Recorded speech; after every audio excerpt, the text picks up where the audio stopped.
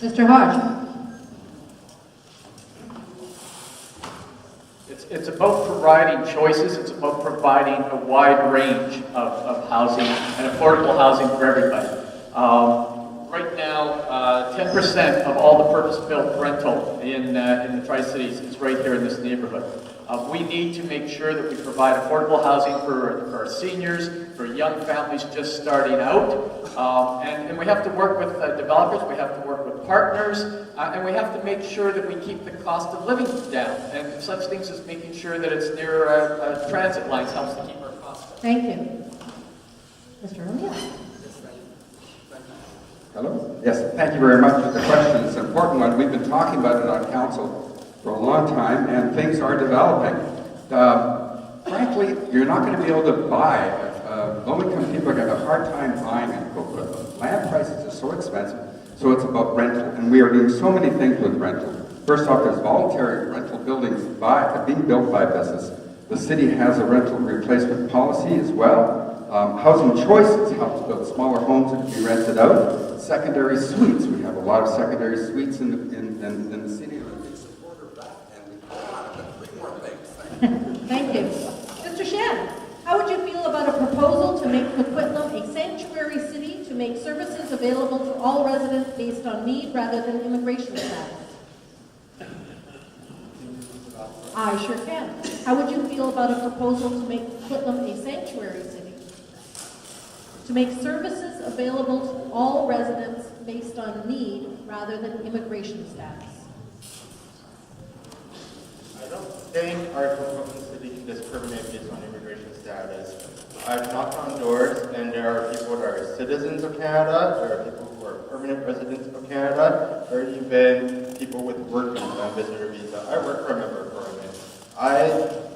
We have people that come into the office who need help with immigration. I help each and every one of those people. It doesn't matter if they're NDP, if they're liberal, or if they're conservative. We try to help everyone who comes in, and I think the city should do that too. I'm not aware of any instances where they discriminate based on your residency. Thank you. Mr. Kim. That's a surprising question. I was born in South Korea and raised in Montreal, 13 years there. And all my work career is in Metro Vancouver here for the past decade.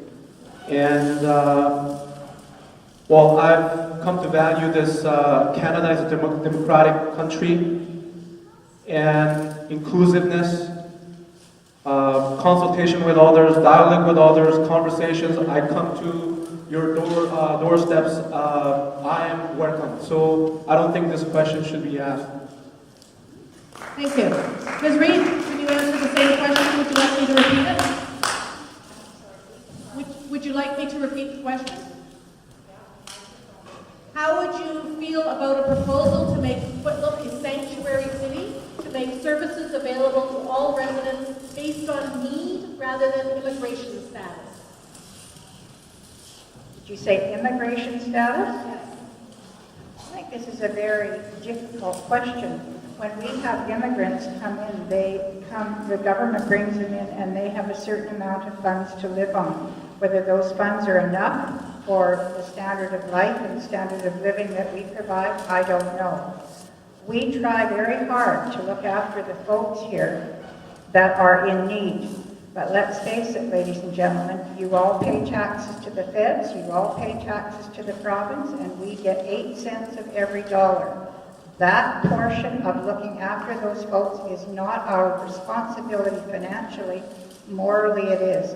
And this council has done quite a lot. Thank you. Next question is directed to Mr. Anderson. You stated you just want a general guide from staff regarding monster houses, not a specific plan. How many more terms do we have to wait? You stated you just want a general guide from staff regarding monster houses, not a specific plan. How many terms do we have to wait? I don't think I ever said, well, general.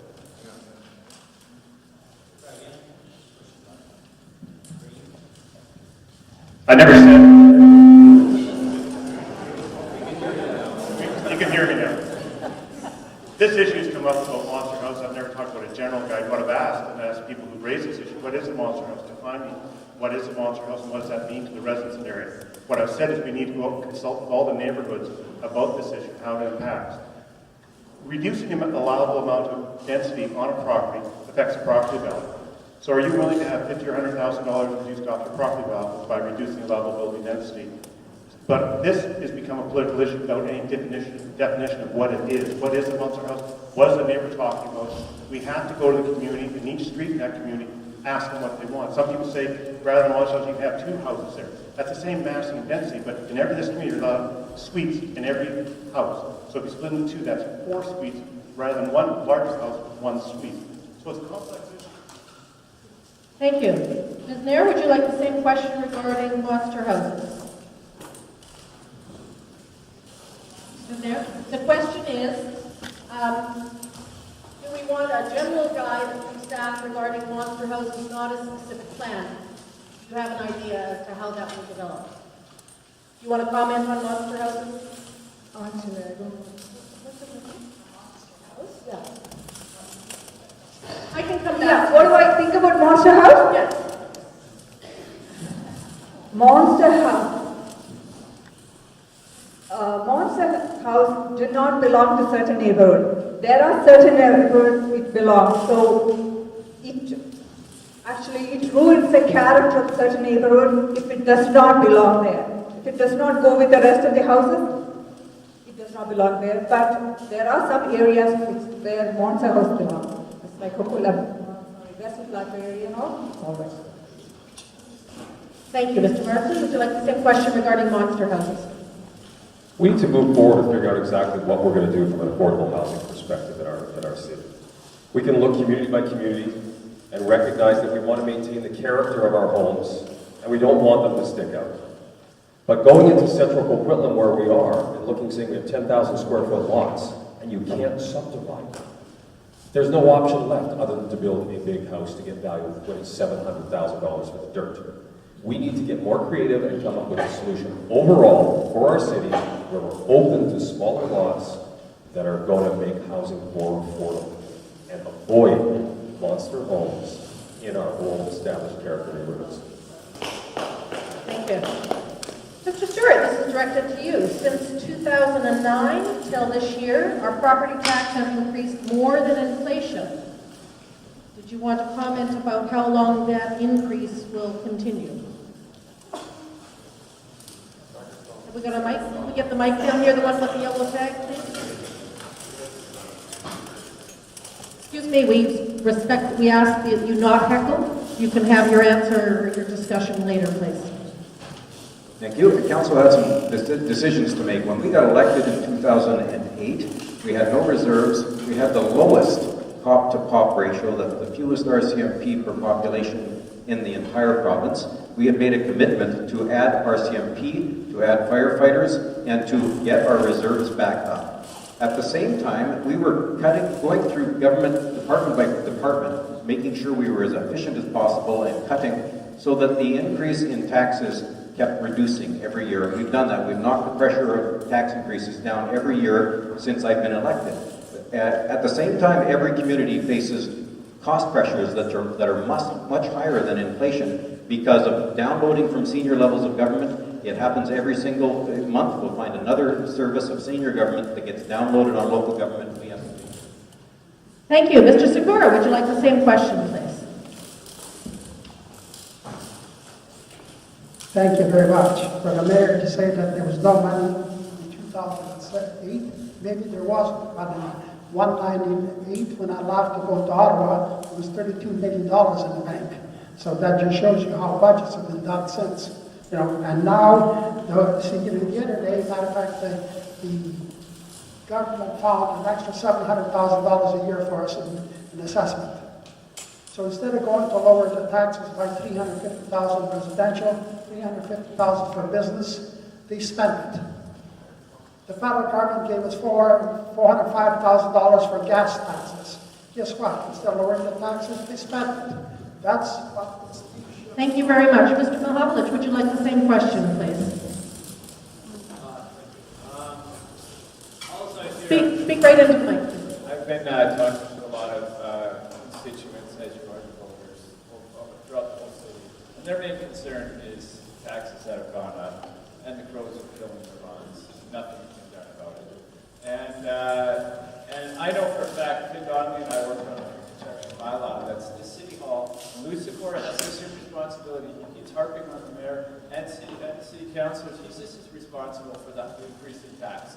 And I have seen waste and waste and waste, and I have a lot of documented evidence to prove it. Hundreds of thousands of dollars will not be done.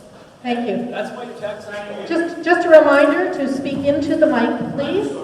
And also, we are cutting off for questions now. So if you have a last-minute question, you've got 1 minute to get it over there. Otherwise, that's the end of the questions from the floor. I'm going to continue on, please. This next question is for Mr. Wilson. Do you have ideas for poverty reduction? What are they and how would you implement them? Is that poverty reduction? Poverty. This is fairly near and dear to my heart. Part of the Homelessness and Housing Task Group, and we've been working very hard to not only get a homeless shelter built, which is finally coming to fruition, but to protect our low-cost rental housing. Poverty starts with a place to live, and right now we are destroying all our low-cost rental housing in the Burquitlam area, replacing it with towers that are completely out of reach for these people. And I think if we're going to be if we're going to be changing our city, we're going to be bringing in all kinds of bonus density money, we have a responsibility to contribute some of that back to the people who we're displacing in order to create this development. It's the right thing to do, and I think it starts with having a proper home and the low-cost rental housing for these people. Thank you. Mr. Tremblay, same question, please. Yeah, it's similar to support what Chris had to say. One of the things we could do is it's not just about poverty, that's a big one, but it's also affordable living that's included in that, providing better transit. I think it's important, we've done working with partners in our School District 43 and making sure we understand some of the ministries involved in bringing those people in and making sure we help them out. It's in our economic best interest to make sure we do that because everybody wins and everybody gets lifted up. We can do things for poverty and help everybody. That includes kids and children. They are our future. They're going to pay attention. They want to get good jobs and good education. Support we take care of it. Thank you. Ms. Cirillo, same question, please. Thank you. It starts with a strong local economy with good paying jobs. When we support our local businesses, we create jobs and it creates prosperity in our communities. And it has been proven that when local business does well, they give back more to the community than multinationals do. It starts with supporting our local businesses. Thank you very much. The next question is a mayoral question. We'll start with Mr. Mahavlich. TransLink has planned only 500 parking spots for all 3 Tri-City stations. How do you propose Burquitlam will handle the traffic volume? proposed 500 parking spots for all 3 Tri-City stations. strategically located at each station, I would assume. Okay. Anyways, I'm not familiar with where the actual stations have been allocated for the TransLink. You have to have parking, right? But the point is that you can't have a massive parking space for every station because it's absolutely overwhelming, and all the trees will get cut down, and But there like at the station at in North Burnaby there's very small parking. They have like 50 spaces and or 30 spaces, and I would assume that's enough. I'm not familiar with how these parking lots are being allocated, so it's not something I can actually comment on really, unless I would see all the diagrams and stuff. So. Thank you. Mr. Sikora, would you like to comment on the parking issue around the cycling station? Thank you very much. As far as parking is concerned in the city, we have a bylaw where you build the high-rise, you put 1.3 home units or parking spaces per unit. The council's got that bylaw. Guess what? They broke the bylaw. The developer can give pump or grease their hand for $22,000 per parking space. You don't have to put it in. So they can go to 0 parking for high-rises and everything else. And guess what? All the streets around here get all tied up with parking, and that's what's happening. So, ladies and gentlemen, you don't stand a chance right now for City Hall.